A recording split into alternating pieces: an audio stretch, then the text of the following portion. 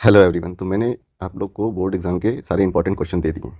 अगर अभी तक आपने वो वीडियोस भी नहीं देखे हैं और अभी तक फिजिक्स में कुछ भी नहीं पढ़ा है और एग्ज़ाम का दिन आ गया है, ठीक है, अगर आपके पास एग्ज़ाम से पहले 2 घंटे भी बचे हैं, तो जो मैं इंपॉर्टेंट आपको कम से कम 20 टॉपिक दूंगा, ठीक है, उन टॉपिक को आपको 2 घंटे लगेंगे पढ़ने में। अगर आप उन 2 घंटों में उन टॉपिक को पढ़ लेते हैं तो पूरा का पूरा पेपर मान के चलिए 90% आपका फंस जाएगा। जैसे एक रैंडम पेपर मैंने उठाया है और जो भी टॉपिक मैं बताऊंगा, ठीक है, तो उन टॉपिक से ये पेपर को आप मिला लीजिएगा, या कोई भी रैंडम पेपर खोल लीजिए, उनको मिला लीजिए, पूरा का पूरा पेपर उन टॉपिक से मिलेगा। तो चलो जल्दी से देख लेते हैं वो टॉपिक कौन से हैं।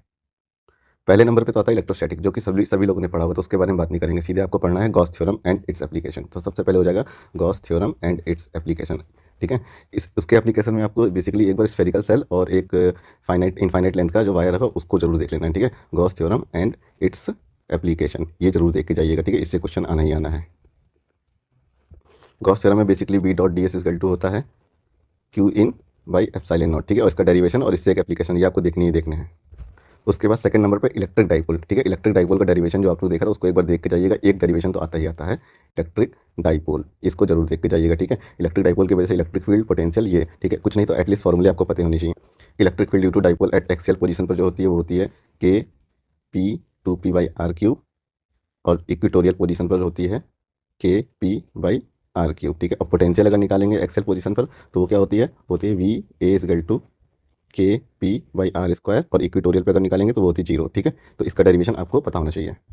उसके बाद तीसरे नंबर पर पैरेलल प्लेट कैपेसिटर, ठीक है, इससे न्यूमेरिकल भी आता है, इसका डेरिवेशन भी आता है। तो पैरेलल प्लेट कैपेसिटर, इसको स्किप मत करिएगा, इसको भी एक बार देख लीजिएगा। पैरेलल प्लेट कैपेसिटर, ठीक है, फॉर्मूला क्या होता है पैरेलल प्लेट कैपेसिटर का, A ε0/T, equivalent capacitance A ε0/T। अगर कोई डाइलेक्ट्रिक मीडियम आ जाएगा तो कैपेसिटेंस हो जाएगी C, ये हो जाएगी C0, तो वो हो जाएगी C=KA ε0/T। उसके बाद energy stored in a capacitor, ये जरूर देख लीजिएगा, इसका डेरिवेशन अक्सर पूछा जाता है। तो वो कितनी पोटेंशियल एनर्जी स्टोर होती है, U=12CV², ठीक है, ये होती है। तो ये फॉर्मूला आपको याद भी होना चाहिए और उसका डेरिवेशन आपको आना चाहिए। उसके बाद आ जाते हैं करंट इलेक्ट्रिसिटी चैप्टर में, जिसमें आपको सबसे पहले करंट डेंसिटी तो आपको पढ़ के जाना है, ठीक है, सिंपल सा कॉन्सेप्ट होता है, इसकी डेफिनेशन आपको पता होनी चाहिए। 2 नंबर में इसकी डेफिनेशन लिखने को आ जाती है। करंट डेंसिटी क्या होती है, J= होता है I/एरिया ऑफ क्रॉस सेक्शन, ठीक है, ये आपको पता होना चाहिए। इसी में ही आपको ड्रिफ्ट वेलोसिटी का डेरिवेशन पता होना चाहिए। ड्रिफ्ट वेलोसिटी के बेस पे न्यूमेरिकल आते हैं, ठीक है। ड्रिफ्ट वेलोसिटी का फॉर्मूला याद करने की सिंपल टेक्निक मैंने आपको बताई थी। क्या होती है वो सिंपल टेक्निक, VD= वर्ड आपको याद रखना है ई टामा, ठीक है, ई टामा, ई से डबल ई ना, बड़ी बड़ी ई का मतलब होता है 2 बार ई टाउ/m, ठीक है, ये फॉर्मूला आपको याद होना चाहिए। तो इसमें जो जो फॉर्मूले बता रहे हैं वो आपको याद होने चाहिए। रिलैक्सेशन टाइम भी देख लीजिएगा। और यहाँ पे करंट की इक्वेशन होती है, क्या होती है करंट इक्वेशन, I= होती है NEAVD, ठीक है। ये जो करंट का फॉर्मूला याद रखने के लिए ये वर्ड याद रखिए, I= वीना, ठीक है, वीना VENA, ठीक है, ये याद रखिए। और उसके बाद आप रेजिस्टिविटीज़ में पढ़िएगा। अगर आप जा रहे हैं तो रेजिस्टिविटी का एक एक्सप्रेशन एक बार देख लीजिएगा, जो कि होता है रो, ठीक है, रो इजगल टू होता है मनी स्क्वायर, मैंने बताया था मनी स्क्वायर, ये वर्ड याद रखिए, मनी स्क्वायर, ये वर्ड याद रखिए, यानी कि M/NE², ठीक है, मनी स्क्वायर टाउ, ये होती है रेजिस्टिविटी का फॉर्मूला, ठीक है। और यहाँ से अगर रेजिस्टेंस का फॉर्मूला अगर निकालते हैं तो होता है R= रोला, वर्ड याद रखिए रोला, रोला मतलब ROLA, रोला, ठीक है, ये वर्ड याद रखिए रोला। इसी में लॉन्ग क्वेश्चन में 5 मार्क्स में कई बार पूछ लिया जाता है, 5 मार्क्स में ओम्स लॉ वेरिफिकेशन, ठीक है, ओम्स लॉ वेरिफिकेशन अगर आपको आता है तो कर लेंगे, अगर नहीं भी आता है तो इसका फॉर्मूला तो बेसिकली आपको याद होना चाहिए, जिससे कुछ भी करके आप नंबर तो कुछ ले लो। 5 नंबर का अगर थोड़ा बहुत पेन चला के इसमें इधर उधर डेरिवेशन करोगे तो 3 से 3.5 नंबर तो श्योर आपको मिलने हैं, ठीक है। रजिस्टेंस में का जो फॉर्मूला बेसिकली प्रूव करना होता है R= जो उसका एक मेन फॉर्मूला होता है, देखिए R=V/I तो जानते होंगे, लेकिन ये फॉर्मूला नहीं, ठीक है। रजिस्टेंस क्या करता है, रजिस्टेंस कोई भी चीज़ को करंट को टालने का काम करता है, बेसिकली करंट को टालने का काम करेगा, ठीक है, अपोजिशन लगाता है ना उस पर, ठीक है। तो हम इस तरह से इसका याद कर सकते हैं फॉर्मूला, कि अगर हम लोग पैसा अगर खूब सारा ले आएँ तो कोई भी चीज़ करवा सकते हैं किसी से, मतलब खुद नहीं करना पड़ेगा, मतलब वो काम टाल सकते हैं ना। तो आप ऐसे याद रखिए रेजिस्टेंस का फॉर्मूला R= मनी, है ना, मनी मतलब मनी सब कुछ टाल देती है, यानी कि मनी, यहाँ पे लिखिए मनी स्क्वायर, फिर TAU ऊपर L, ठीक है। तो ये फॉर्मूला आपको प्रूव करना होता है, इसको बोलते हैं ओम्स लॉ वेरिफिकेशन, ठीक है। ओम्स लॉ वेरिफिकेशन होता है, इसी से प्रूव हो जाता है R= ρL/A, जिसमें ये जो टर्म होता है इसको बोल देते हैं रो, ठीक है, ये डेरिवेशन करना होता है, इसके लिए आपको फॉर्मूला याद होना चाहिए। अगर ये सारे फॉर्मूले जो मैंने लिखे हैं करंट इलेक्ट्रिसिटी में इतने आपको याद है, आपने कुछ भी नहीं पढ़ा है, ठीक है, तो इसके बेस पे न्यूमेरिकल भी मिल जाएगा आपको। और अगर कोई डेरिवेशन पूछा जाता है तो सब इधर उधर करिए, एक फॉर्मूले से दूसरे फॉर्मूले में आपको रिजल्ट तो श्योर मिलना ही मिलना है। एक फॉर्मूला और इसमें देख लीजिए, जो कि होता है करंट डेंसिटी J=σE, ठीक है, इसको बोलते हैं Ohm's law in vector form. ये होता है करंट डेंसिटी, सिग्मा होता है कंडक्टिविटी, कंडक्टिविटी बराबर होता है 1/रेजिस्टिविटी, ठीक है, ये होता है इलेक्ट्रिक फील्ड। फिर इसमें आपको देखना है किरचॉफ लॉ। किरचॉफ लॉ तो मस्ट है, ठीक है, ये तो बिल्कुल स्किप करना ही नहीं है, ठीक है। किरचॉफ लॉ से हर बार क्वेश्चन आता है, इस बार भी आएगा। किरचॉफ लॉ दोनों current rule end voltage rule, current rule को बोलते हैं जंक्शन रूल और वोल्टेज रूल को बोलते हैं लूप रूल, ठीक है। तो किरचॉफ लॉ देख लीजिएगा, इससे न्यूमेरिकल भी पूछे जाते हैं। किरचॉफ लॉ इसका स्टेटमेंट भी लिखने को आएगा, ऑब्जेक्टिव में भी क्वेश्चन आते हैं, 2 नंबर में भी आते हैं, अगर लॉन्ग क्वेश्चन आए तो 5 नंबर भी आएंगे, ठीक है। तो किरचॉफ लॉ स्किप नहीं करना है। फिर आपको व्हीट स्टोन ब्रिज तो देखकर जाना ही जाना है, ठीक है, क्योंकि इसके क्वेश्चन 3 मार्क्स से भी मिलते हैं, 5 मार्क्स से भी मिलते हैं। इसका डेरिवेशन करने को आता है, ठीक है, जिसमें हम लोग को प्रूव करना होता है P/Q इजकल टू R/S। अगर गैल्वेनोमीटर में IG करंट 0 है तो ये रिजल्ट प्रूव करना होता है, ठीक है। ये डेरिवेशन अक्सर आता है, हर बार आता है, इसलिए इसको आप स्किप मत करिएगा। उसके बाद गैल्वेनोमीटर पढ़ लीजिएगा और उसका कन्वर्जन, ठीक है। गैल्वेनोमीटर का कंसेप्ट बहुत ईजी है, इसको देख लीजिएगा। इसमें कुछ है नहीं, बेसिकली जो हम लोग जो टॉर्क है, मैग्नेटिक टॉर्क, मतलब उसको बोलते हैं m B sine theta sine 91 हो जाता है, is equal to mechanical torque C/φ के बराबर होता है। एम को क्या बोलते हैं, एम को बोलते हैं मैग्नेटिक डाइपोल मोमेंट, जो कि हो जाएगा NIA/B इजकल टू C/φ होता है। तो यहाँ से I is directly proportional to angle, जो उसकी जो नॉब होती है कैलोमीटर की, जो एंगल रोटेशन होता है उसके डायरेक्टली प्रोपोर्शनल हो जाता है। ये प्रूव करने को आता है, ये आता है उसका इसका कन्वर्जन, ठीक है। तो कन्वर्जन किसमें होता है, वोल्ट मीटर में होता है और अमीटर में होता है। वोल्ट मीटर के लिए हम लोग क्या करेंगे, गैल्वेनोमीटर जो होगा उसमें सीरीज में एक हाई रेजिस्टेंस R लगा देंगे। उसके बाद अगर हम लोग को अमीटर का कन्वर्जन करना होगा तो उसके लिए क्या करना होगा, उसके लिए जो गैल्वेनोमीटर होगा उसके पैरेलल में एक लो रेजिस्टेंस जिसे शंट बोलते हैं ये लगा देंगे, तो कन्वर्जन हो जाएगा। तो इसको देख लीजिएगा, ये बहुत पूछा जाता है, वेरी वेरी वेरी इंपॉर्टेंट है ये, ठीक है। उसके बाद इसमें सेंसिटिविटी भी पूछी जाती है। गैल्वेनोमीटर में करंट सेंसिटिविटी पूछी जाती है जिसे बोलते हैं SI, ठीक है। तो ये भी बहुत सिंपल कंसेप्ट होता है, ठीक है। सेंसिटिविटी के लिए आपको क्या करना होती है कि कम से कम करंट में ज़्यादा से ज़्यादा रोटेशन मिल जाए, तो वो होती है करंट सेंसिटिविटी। उसी तरह होती है वोल्टेज सेंसिटिविटी, मतलब कम से कम वोल्टेज में ज़्यादा से ज़्यादा मिल जाए एंगल रोटेशन, तो इसे बोलते हैं वोल्टेज सेंसिटिविटी। और इनका फॉर्मूला पूछा जाता है, तो आप ये इसको मत करिएगा, स्किप करिएगा। अगर आप ये जो यहाँ तक अगर पहुँच जाते हैं तो यहाँ से φ/I निकाल देंगे, तो उससे मिल जाएगा क्या, उससे मिल जाएगा करंट सेंसिटिविटी। और करंट सेंसिटिविटी जो भी आएगी अगर उसको रेजिस्टेंस से डिवाइड कर देंगे तो आपको मिल जाएगी वोल्टेज सेंसिटिविटी। काफ़ी सिंपल कंसेप्ट होता है, ठीक है। उसके बाद आप देख लीजिएगा मैग्नेटिक फील्ड वाले चैप्टर में एम्पियर सर्किटल लॉ, ये काफ़ी इंपॉर्टेंट है। क्या होता है, B.dl मतलब line integral of magnetic field equal to V0 times current enclose by the loop, ठीक है, एम्पीरियन लूप, ये होता है एम्पियर सर्किटल लॉ। और इनके थ्रू जो एप्लीकेशन में ड्यू टू स्टेट वायर से जो मैग्नेटिक फील्ड होती है R डिस्टेंस पे होती है, B इजकल टू μ0/2πI/R, ठीक है। इसके बेस पे न्यूमेरिकल या फिर दो इस तरह से तार दे दी जाएंगे और इसमें करंट फ्लो हो रही होगी, तो इधर उधर कहीं भी मैग्नेटिक फील्ड पूछ सकते हैं, ठीक है। ये न्यूमेरिकल आता ही आता है, तो इसको देख लीजिएगा। उसके लिए आपको ये वाला फॉर्मूला पहले पता होना चाहिए, अगर ये फॉर्मूला नहीं पता है तो कर ही नहीं पाएंगे, ठीक है। और अगर centre of a circular loop पे ये जो मैग्नेटिक फील्ड यहाँ पे अगर पूछी जाती है वो क्या होती है, वो होती है B इजकल टू μ0/2I/R, ठीक है। तो ये दो फॉर्मूले, इनका डेरिवेशन जरूर देख लीजिएगा। उसके बाद force between two parallel wire का डेरिवेशन और उसका फॉर्मूला आपको पता होना चाहिए, इसके बेस से भी न्यूमेरिकल पूछे जाते हैं, ठीक है। तो इसमें क्या होता है, जैसे एक दो वायर हैं तो इनके बीच में फोर्स लग रहा है, तो यहाँ पे क्या होगा, अट्रैक्टिव होगा, रिपल्सिव होगा। तो यहाँ पे जैसे सेम डायरेक्शन में करंट फ्लो हो रही है तो यहाँ पे हो जाएगा अट्रैक्शन, और जो फोर्स लगेगा वो हो जाएगा फोर्स पर unit length of a wire F/L is equal to μ0/2π। यहाँ पे करंट I1, यहाँ पे करंट I2, तो हो जाएगा I1I2/R, ठीक है। इस फॉर्मूले का डेरिवेशन देख लीजिएगा, अगर ये फॉर्मूला याद है तो इसके बेस पे न्यूमेरिकल भी पूछा जाता है। और अगर इसी वायर में करंट अपोजिट डायरेक्शन में फ्लो हो रही होती है, जैसे इसमें इधर, तो यहाँ पे हो रहा होता है रिपल्शन, ठीक है। तो ये कंसेप्ट कई बार पूछा जाता है। उसके बाद आप लोग देख लीजिएगा मैग्नेटिक मटेरियल्स। मैग्नेटिक मटेरियल में बेसिकली हम लोग जानते हैं डायामैग्नेटिक मटेरियल होते हैं, तो इनकी प्रॉपर्टीज देख लीजिएगा। डायामैग्नेटिक मटेरियल होते हैं क्या, इनकी प्रॉपर्टीज डिफरेंस कई बार पूछा जाता है, डायामैग्नेटिक मटेरियल और फेरोमैग्नेटिक मटेरियल, फिर पैरामैग्नेटिक मटेरियल में, ठीक है। क्वेश्चन तो डैम श्योर 100% यहाँ से आता है, ठीक है। डायामैग्नेटिक, पैरामैग्नेटिक मटेरियल, उसके बाद फेरोमैग्नेटिक मटेरियल, इन सबकी प्रॉपर्टी जरूर देख के जाइएगा, ठीक है। 2-2 मिनट लगेगा इनकी थ्योरी, ये थ्योरेटिकल टॉपिक होता है, ठीक है। फेरोमैग्नेटिक मटेरियल, इसको स्किप मत करिएगा, ठीक है। मैग्नेटिक डाइपोल मोमेंट अगर समय हो तो पढ़ लीजिएगा, जो कि होता है M इजकल टू A/I, ठीक। अगर N लूप है तो M इजकल टू होता है NAI। फिर आप देख लीजिएगा सेल्फ इंडक्टेंस, ठीक है। और इसमें जो एल का है उसका डेरिवेशन भी, ठीक है। Self inductance and mutual inductance, किसी एक को भी देख लेंगे, डेरिवेशन करने का टेक्निक सेम है तो आपको याद हो जाएगा, ठीक है। Self inductance and mutual inductance, ठीक है। सेल्फ इंडक्टेंस का फॉर्मूला होता है L is equal to μ0 N² A/L, और म्यूचुअल इंडक्टेंस का फॉर्मूला होता है M is equal to μ0, mutual inductance में दो कॉइलें होती है तो N1 N2 A/L, ठीक है। तो इनका डेरिवेशन देख लीजिएगा जरूर से। उसके बाद energy stored in a inductor, ठीक है, ये देख लीजिएगा, जो कि होती है E is equal to half Li², ठीक है। एल क्या है, सेल्फ इंडक्टेंस है, ठीक है। इसका भी डेरिवेशन कभी कभी पूछ लिया जाता है, अदरवाइज इससे न्यूमेरिकल भी मिल सकता है आपको 1 नंबर के ऑब्जेक्टिव में। उसके बाद फिर अल्टरनेटिंग करंट वाला चैप्टर में जब हम लोग आते हैं तो उसमें आपको सीरीज में LCR सर्किट जरूर पढ़ के जाइएगा, ठीक है। इससे क्वेश्चन हर बार श्योर शॉर्ट आता ही आता है, और इसमें अगर हो सके तो रेजोनेंस को बहुत अच्छे से पढ़ लीजिएगा, रेजोनेंस, ठीक है। और बाकी एसी में इतना है नहीं, लेकिन एसी से क्वेश्चन तो आता ही आता है। बेसिकली IRMS निकालना होगा, ठीक है, तो IRMS बराबर होता है I0/√2। VRMS निकालना होगा तो VRMS बराबर होता है V0/√2, ठीक है। और अगर इनकी फुल साइकिल के लिए IRMS average value of current निकाली जाए तो 0 होगी, फुल साइकिल के लिए एवरेज वैल्यू ऑफ वोल्टेज निकाली जाएगी तो वो होगी 0। अगर हाफ साइकिल के लिए निकाली जाएगी, ठीक है, हाफ साइकिल के लिए एवरेज वैल्यू निकाली जाएगी और हाफ साइकिल, तो वो आएगी I0/2I0/पाई, ठीक है। और वोल्टेज के लिए अगर हाफ साइकिल के लिए निकाला जाएगा तो वो होगा 2V0/पाई। बेसिकली सीरीज में एलसीआर सर्किट जरूर पढ़ के जाएगा, और resonance frequency f naught equal to होता है 1/2 pi under root L C, इसका डेरिवेशन। ठीक है, सिंपल सा छोटा सा डेरिवेशन होता है, इससे आपको कम से कम जो है 5 से 7 नंबर का, मतलब मान के चलिए 5 नंबर का क्वेश्चन तो मिलना ही मिलना होता है टोटल।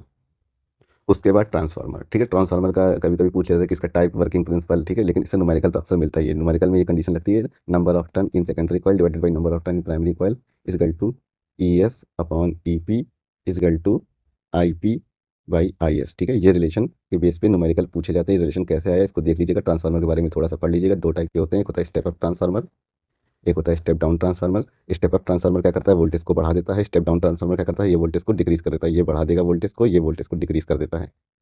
फिर ईएम वेव स्पेक्ट्रम में देखिए, अगर हो सके आपसे मैक्सवेल इक्वेशन इंटीग्रल फॉर्म में अगर याद हो सकती हैं, ठीक है, मैक्सवेल इक्वेशन, ठीक है, तो इनको याद करके जाइएगा। इसको सीबीएसई बोर्ड है वो स्किप कर सकते हैं। CBSE board student can skip this topic. ठीक है, कैन स्किप। ठीक है, सीबीएसई बोर्ड के लिए इंपॉर्टेंट नहीं है, लेकिन आईएससी वाले लोग इसको स्किप मत करें, इसको जरूर देख करेंगे। तो मैक्सवेल की 4 इक्वेशन जो होती है वो आपको मैं एक बार शॉर्ट में बता दे रहा हूँ। एक होती है ई dot d s equal to q by epsilon naught, जिसे बोलते हैं गॉस लॉ ऑफ इलेक्ट्रोस्टैटिक। दूसरी इक्वेशन होती है B dot d s equal to zero, इसे बोलते हैं Gauss law of magnetic static. इसका मतलब होता है magnetic monopole monopole does not exist. ठीक है, डज नॉट एग्जिस्ट, इसका मतलब ये होता है। ठीक है, तो इनकी फिजिकल सिग्निफिकेंस पूछी जाती है कि ये इक्वेशन क्या बताती है, गॉस लॉ ऑफ मैग्नेटोस्टैटिक। ये इक्वेशन बताती है, ये बताती है गॉस लॉ ऑफ इलेक्ट्रोस्टैटिक, और ये दूसरी इक्वेशन बताती है गॉस लॉ ऑफ मैग्नेटोस्टैटिक। तीसरी इक्वेशन बताती है फैराडेस लॉ, जो कि है ई डॉट डी एल माइनस का d phi by d t. ठीक है, माइनस का d phi b by d t. और चौथी इक्वेशन है B dot d l is equal to mu naught mu naught into conduction current plus displacement current. इसको बोलते हैं मॉडिफाइड एम्पियर सर्किटल लॉ। ठीक, तो ये Maxwell equation ICSC and UP and other board के लिए इंपॉर्टेंट है। सीबीएसई वाले इसको छोड़ सकते हैं, लेकिन सीबीएसई वालों के लिए इंपॉर्टेंट क्या है इसमें, वो है डिस्प्लेसमेंट करंट। ठीक है, फॉर सीबीएसई बोर्ड के लिए डिस्प्लेसमेंट करंट काफ़ी इंपॉर्टेंट है। क्वेश्चन हर बार पूछा जा रहा है, लगभग 10 में से 8 बार पूछा गया है।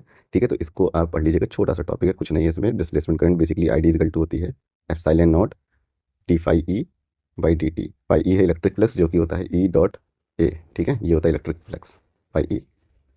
और ईएम वेव स्पेक्ट्रम में देख लीजिए कि फ्रीक्वेंसी सबसे हायर किसकी होती है। जैसे सबसे हाई फ्रीक्वेंसी होती है गामा रे की, फिर होती है एक्स रे की, फिर होती है यूवी रे, फिर होती है विजिबल रे, फिर होती है आईआर, फिर रेडियो, फिर माइक्रोवेव।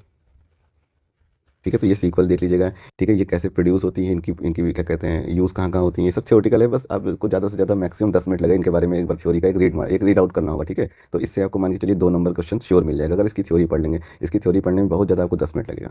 ठीक है, एक बार दिमाग में भी हल्का फुल्का कुछ भी है, एग्जाम में क्वेश्चन आएगा तो लिख दीजिएगा बस। ठीक है, और ये क्वेश्चन जैसे कई बार पूछा जाता है कि ईएम वेव कैसे जनरेट होती हैं। ठीक है, ईएम वेव जनरेशन पूछा जाता है। तो ईएम वेव जनरेशन क्या होता है, सिंपली कोई भी चार्ज पार्टिकल जो होता है, ठीक है, ये कोई चार्ज पार्टिकल है और ये अगर ऑस्किलेट करता है तो सिंपली ईएम वेव जनरेट होने लगती हैं। इस तरह से ईएम वेव जनरेट हो जाएगी। ठीक है, इस तरह से ईएम वेव जनरेट होने लगती हैं चार्ज के ऑस्किलेशन से या फिर एलसी ऑस्किलेशन सर्किट से। तो ये सब पूछा जाता है, तो इसको एक बार देख लीजिएगा। फिर रे ऑप्टिक्स में आ जाएंगे तो उसमें लेंस मेकर फॉर्मूला जरूर देख के जाइएगा, जो कि होता है 1/f is equal to mu minus 1/r1 minus 1/r2। ठीक है, तो इसके बेस पे न्यूमेरिकल 1 नंबर में मिल सकता है और 5 नंबर में डेरिवेशन मिल सकता है। ठीक है, तो ये फॉर्मूला, इसका डेरिवेशन जरूर देख लीजिएगा। ये फॉर्मूला तो याद होना ही चाहिए। मिरर फॉर्मूला का डेरिवेशन देख लीजिएगा, सिंपल है। शॉर्ट्स में ये सब डेरिवेशन में करा रखा हूँ, बहुत सिंपल तरीके से हो जाता है, उसमें कुछ होता नहीं है। 1/f is equal to 1/v plus 1/u।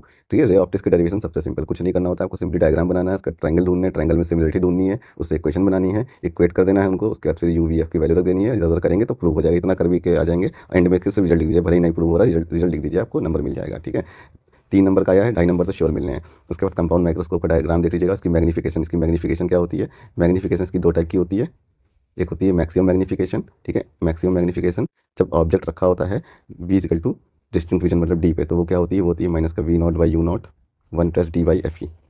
और फिर होती है मिनिमम मैग्नीफिकेशन। वो क्या होती है, मिनिमम मैग्नीफिकेशन जब ऑब्जेक्ट रखा होता है, जब इमेज बनती है v बराबर इन्फिनिटी पर। ठीक है, तो उसे बोलते हैं मिनिमम मैग्नीफिकेशन, जो कि होती है m इजकल टू, बस यहाँ से ये 1 हट जाएगा, यानी कि हो जाएगा माइनस का v0/u0 इंटू d/fe। ठीक है, तो ये दोनों फॉर्मूले याद होने चाहिए। और इसका जब क्या कहते हैं डायग्राम बनाएंगे, थोड़ा बहुत लिख के ये दोनों फॉर्मूले जरूर लिख दीजिएगा कि मैक्सिमम और मिनिमम। ठीक है, मैक्सिमम कब होती है, जब इमेज बनती है डी पे, और मिनिमम कब होती है मैग्नीफिकेशन, जब इमेज बनती है इन्फिनिटी पे। इसे बोलते हैं रिलैक्स आई केस। ठीक है, रिलैक्स्ड आई केस। फिर अगर इसमें अगर आपको समय है तो आप टेलीस्कोप देख लीजिएगा। ठीक है, एटलीस्ट टेलीस्कोप का डायग्राम कैसे बनता है, डायग्राम सेम तरह से बनता है। ठीक है, तो ये तो देख लीजिएगा। उसके बाद आपको पढ़ना है प्रिज्म के बारे में। प्रिज्म में आपको निकालना है बेसिकली मिनिमम डेविएशन इसका। ठीक है, a μ-1 होता है फॉर्मूला। ठीक, और रिफ्रैक्टिव इंडेक्स का फॉर्मूला जो कि होता है sine delta m A by two upon sine A by two, ठीक है। इसका डेरिवेशन अगर आपको रिजल्ट याद है तो डेरिवेशन में थोड़ा बहुत कुछ करेंगे, एंड में ये रिजल्ट बस सही सही लिख दीजिए, ठीक है। तो हाई चांस होता है नंबर मिल जाता है, बट वरना इसके बेस पे न्यूमेरिकल तो मिलता ही है, ठीक है। न्यूमेरिकल के लिए तो ये फॉर्मूला आपको याद होना चाहिए। आ जाते हैं फिर वेव ऑप्टिक्स में, जिसमें हाइजेंस का प्रिंसिपल जरूर देखिए। हाइजेंस वेव थ्योरी, ठीक है, और हाइजेंस वेव थ्योरी के according law of reflection prove करना होगा, या फिर स्नेल्स लॉ, मतलब लॉ ऑफ रिफ्रैक्शन यानी कि स्नेल्स लॉ। स्नेल्स लॉ क्या होता है? वो होता है sine i by sine r is equal to जिस मीडियम में रे जा रही है, मतलब medium second with respect to one, ठीक है। तो ये होता है स्नेल्स लॉ। ये हाइजेंस प्रिंसिपल से प्रूव करने को कई बार 5 नंबर में ये क्वेश्चन पूछा जाता है, ठीक है। कुछ नहीं तो 3 नंबर में ही पूछ लेते हैं इसको। इंटरफेरेंस की बेसिक डेफिनेशन तो देख के जाना ही है आपको, ठीक है। इंटरफेरेंस क्या होता है? ठीक है, इंटरफेरेंस का मतलब होता है कि जब दो वेव आपस में मिलती हैं तो वो कुछ पॉइंट पर मिनिमा बनाती है, कुछ पॉइंट पर मैक्सिमा बनाती है। तो जहाँ पे मैक्सिमा बनाती है उसे बोलते हैं कंस्ट्रक्टिव इंटरफेरेंस। और कंस्ट्रक्टिव इंटरफेरेंस की कंडीशन क्या होती है? वो होती है फेज डिफरेंस होना चाहिए 2n पाई, और पाथ डिफरेंस होना चाहिए डेल्टा एक्स एन लैम्डा, ठीक है। और जहाँ पर मिनिमा बनता है उसे बोलते हैं डिस्ट्रक्टिव इंटरफेरेंस या फिर डार्क। उसकी कंडीशन होती है, मिनिमा में फेज डिफरेंस की कंडीशन होती है पाई इजगल टू 2n-1 पाई या फिर 2n+1 पाई, बेसिकली ऑड मल्टीपल होना चाहिए, ठीक है। और पाथ डिफरेंस की कंडीशन होती है 2n-1/2, ठीक है, λ/2 ये होती है, ठीक है। 2n-1/2 λ/2 ये कंडीशन होती है। उसके बाद अगर आप सीबीएसई बोर्ड से हैं तो फिर YDSE का एक्सपेरिमेंट का रिजल्ट जरूर पढ़ के जाइएगा, ठीक है। अगर आप सीबीएसई बोर्ड से हैं, YDSE Young's double slit experiment only final result, ठीक है, फाइनल रिजल्ट, ठीक है, ये देख के जाइएगा। फाइनल रिजल्ट का मतलब बेसिकली ये है कि जो nth डार्क बनता है YN, वो क्या बनता है? वो बनता है ND λ/D पर, है ना। ये बनता है ब्राइट, और अगर डार्क पूछा जाएगा तो क्या बनना है? वो बनना है 2n-1 T λ/2D पे। और अदर बोर्ड के हैं जैसे सीबीएसई ICSE बोर्ड या फिर यूपी बोर्ड या फिर अदर बोर्ड में, इसका डेरिवेशन वो लोग डेरिवेशन पढ़ के जाएंगे, ठीक है। सीबीएसई बोर्ड वाले जो होंगे वो सिर्फ फाइनल इसका जो रिजल्ट है वो पढ़ेंगे, और जो अदर बोर्ड के लोग हैं वो उसका डेरिवेशन भी देखेंगे, ठीक है। इंपॉर्टेंट है उनके लिए। और ये सीबीएसई के लिए इसका फाइनल रिजल्ट भी काफ़ी इंपॉर्टेंट है, ठीक है। इसी में इंटरफेरेंस इंटरफेरेंस एंड डिफ्रैक्शन में डिफरेंस क्या है, ठीक है, ये जरूर पढ़ के जाना है। इसका 2 नंबर में पूछा जाता है ये क्वेश्चन। उसके बाद मॉडर्न फिजिक्स में Einstein equation and it's explanation देख लीजिएगा, बहुत इंपॉर्टेंट है, हर बार पूछा गया है, लगभग लगभग 10 में से 8 बार ये भी पूछा गया है, ठीक है। तो आइंस्टीन इक्वेशन क्या होती है? जो भी एनर्जी ऑफ फोटोन इंसिडेंट होती है, ऑब्जॉर्ब होती है, वो work function plus kinetic energy के रूप में इलेक्ट्रॉन को मिल जाती है, ठीक है। तो ये होता है, इसका एक्सप्लेनेशन आपको देखना होगा। उसके बाद जो बोहर का एटॉमिक मॉडल आता है उसमें तो बोहर रेडियस जो कि होती है RN is directly proportional to n², ठीक है, ये देख के जाना है। और n²/z होती है, ठीक है, ये आपको देख करना। वेलोसिटी वेलोसिटी होती है V directly proportional to Z/n, इसमें न्यूमेरिकल मिल जाता है, ठीक है। तो इसको याद करने के लिए मैंने बताया था वजन याद रखिए वर्ड, ठीक है। उसके बाद एनर्जी होती है, जो एनर्जी होती है वो होती है -13.6 n²/z², ठीक है, ये भी आपको याद करके जाना है। ये उल्टा लिख गया, Z²/n² होता है, ठीक है, Z²/n², ठीक है। तो ये आपको इसका डेरिवेशन आपको आना चाहिए, इसमें से कोई एक डेरिवेशन जरूर पूछ लिया जाएगा। उसके बाद न्यूक्लियर फिजिक्स में तो कुछ नहीं, सिर्फ बाइंडिंग एनर्जी देखिए, बाइंडिंग एनर्जी देखिए, बाइंडिंग एनर्जी कर्व और मास डिफेक्ट देखिए, ठीक है। Binding energy curve and mass defect, ठीक है। मास डिफेक्ट से न्यूमेरिकल बहुत पूछ रहता है। मास डिफेक्ट कुछ नहीं करना होता, सिंपली जो गिवन होते हैं डेटा, ठीक है, इंडिविजुअली प्रोटॉन न्यूट्रॉन सब जोड़िए उनका मास, और जो भी आइटम न्यूक्लियर गिवन है उसका से माइनस कर दीजिए, जो भी डिफरेंस आ जाएगा उसे बोलेंगे डेल्टा मास डिफेक्ट। उसको मल्टीप्लाई कर दीजिए 931.5 MeV से, तो आपको मिल जाएगी बाइंडिंग एनर्जी, ठीक है। और बाइंडिंग एनर्जी पर न्यूक्लियन पूछ जाएंगे, तो जैसे अगर उन्होंने बोला था कि हीलियम, ठीक है, हीलियम की निकालना था, तो हीलियम में टोटल 4 न्यूक्लियन हो, तो एंड में 4 से डिवाइड कर दीजिए, तो आपको मिल जाएगी बाइंडिंग एनर्जी पर न्यूक्लियन। काफ़ी सिंपल क्वेश्चन होता है, ये सब क्वेश्चन 5 मार्क्स या 3 मार्क्स दिलाते हैं। फिर सेमीकंडक्टर वाले चैप्टर से एनर्जी बैंड डायग्राम, ठीक है, एनर्जी बैंड डायग्राम के बेस पे आपको मटेरियल को डिस्टिंग्विश करना होगा इंसुलेटर और कंडक्टर और सेमीकंडक्टर के बीच में, ठीक है। एनर्जी बैंड डायग्राम इसको देख लीजिएगा, बहुत सिंपल टॉपिक है, मैंने इसका पूरा 1 शॉट में 20 मिनट में पढ़ा दिया है, ठीक है। उतना देख लेंगे तो आपका कोई भी क्वेश्चन फंसेगा नहीं वहाँ से, ठीक है, मतलब कोई भी किसी भी क्वेश्चन आप नहीं फंसेंगे, क्वेश्चन तो वहाँ से फंसेगा ही फंसेगा। उसके बाद देख लीजिएगा यहाँ से PN जंक्शन डायोड, ठीक है, बहुत इंपॉर्टेंट है PN जंक्शन डायोड। और इसमें जो क्वेश्चन बनता है वो बनता है कि डिप्लेशन लेयर कैसे बनती है PN जंक्शन डायोड में, ये एक्सप्लेन करना होता है, ठीक है। डिप्लेशन लेयर के बारे में, जो ये PN जंक्शन डायोड होता है, यहाँ पे जो डिप्लेशन लेयर बन जाती है कैसे बनती है, ये P टाइप N टाइप जब आपस में डिफ्यूज होते हैं तो P से होल चलता है N की तरफ, और N से चलता है इलेक्ट्रॉन की साइड, इसे बोलते हैं डिफ्यूजन। तो इस डिफ्यूजन की वजह से ये जब सेंटर पे मिलते हैं बीच में, तो ये आपस में ये रिकम्बाइन हो जाते हैं, जिससे बीच में न्यूट्रल रीजन क्रिएट हो जाता है, जिसे बोलते हैं डिप्लेशन लेयर, ठीक है। तो इसको मैंने अच्छे से शॉर्ट्स में भी बताया है और इसके लेक्चर भी बनाए थे, इसको आप देख लीजिएगा। PN जंक्शन डायोड से क्वेश्चन 7 नंबर का आता ही आता है, ठीक है। उसके बाद इसमें लास्ट टॉपिक इसको आप और देख लीजिएगा, जो कि है रेक्टिफायर, ठीक है, हाफ वेव रेक्टिफायर। अब हाफ वेव देख लेंगे तो फुल वेव अपने आप ही आ जाएगा, ठीक है। तो हाफ वेव रेक्टिफायर एक बार देख लेंगे, सेम उसका जो डायग्राम होता है बनता है, डायग्राम बना देना है और उसमें 2-3 पॉइंट लिख देने हैं, ठीक है। इफिशियंसी इसकी होती है हाफ रेक्टिफायर की होती है 40.6%, और अगर फुल वेव रेक्टिफायर की निकालेंगे तो जस्ट इसकी डबल जो कि हो जाएगी 81.2%, तो ये जितना मैंने आपको बता दिया ना, अगर आपके पास 2 घंटे भी हैं, 2 घंटे में इतना आप देख लेते हैं तो 100% श्योर बता रहे हैं आपके 60 में 60 नंबर तो बनने ही बनने हैं, 70 में से 60 नंबर तो बन ही जाएंगे। ठीक है, जैसे ये पेपर है, इसमें कोई भी रैंडम क्वेश्चन उठा के देख लीजिए। ठीक है, जैसे ये देखिए क्वेश्चन नंबर 32। ठीक है, 5 नंबर का क्वेश्चन है, इसमें पूछा जा रहा है what is mean by current sensitivity, what is mean by current sensitivity of a galvanometer mention it's factor which on which it depends. तो मैंने ये अभी बताया था करंट सेंसिटिविटी कैसे निकालेंगे, आपको बताया था ना। हम लोग जानते हैं कि टॉर्क मतलब m B sine theta is equal to, मतलब m B sine theta is equal to होता है मैकेनिकल टॉर्क सी फाई, और एम को लिखते हैं एन आई ए बी, उसके बाद यहाँ सी फाई। तो यहाँ से अगर हम जो है करंट सेंसिटिविटी निकालते हैं वो होता है फाई बाई आई होता है ना, तो यहाँ से फाई बाई आई निकालेंगे तो क्या मिलेगा, यहाँ से फाई बाई आई निकालेंगे तो मिलेगा n a b divided by c. ठीक है, तो ये तो होगी करंट सेंसिटिविटी। अब उसमें जो ये पूछा था कि mention the factor on which it depends, तो फैक्टर बता दीजिए। नंबर ऑफ टर्न पे डिपेंड करती है, मैग्नेटिक फील्ड पे डिपेंड करती है, area of cross section, area coil का एरिया पे डिपेंड करती है, और ये सी क्या है, सी है कपल पर यूनिट टेस्ट। ठीक है, उस पर डिपेंड करती है। ठीक है, तो काफ़ी सिंपल क्वेश्चन पूछे जा रहे हैं। जितना मैंने अगर आपको बताया है उतना अगर रिवाइज कर लेते हैं, ठीक है, बात जिन्होंने पढ़ लिया हो उसको बार बार रिवाइज कर लिया, जिन्होंने कुछ भी नहीं पढ़ा तो एटलीस्ट जितना मैंने बताया उतना पढ़ लीजिए। 2 से 3 घंटा अगर आपके पास भी है तो आप पूरा एग्जाम का पेपर कवर कर डालेंगे, और 70 में से मान के चलिए 50, मिनिमम 50 नंबर तो आप लेके आ ही जाएंगे। ठीक है, तो all the best for your exam. Telegram channel का लिंक मैंने डिस्क्रिप्शन में डाल दिया, उसको ज्वाइन कर लीजिएगा। उसमें इसकी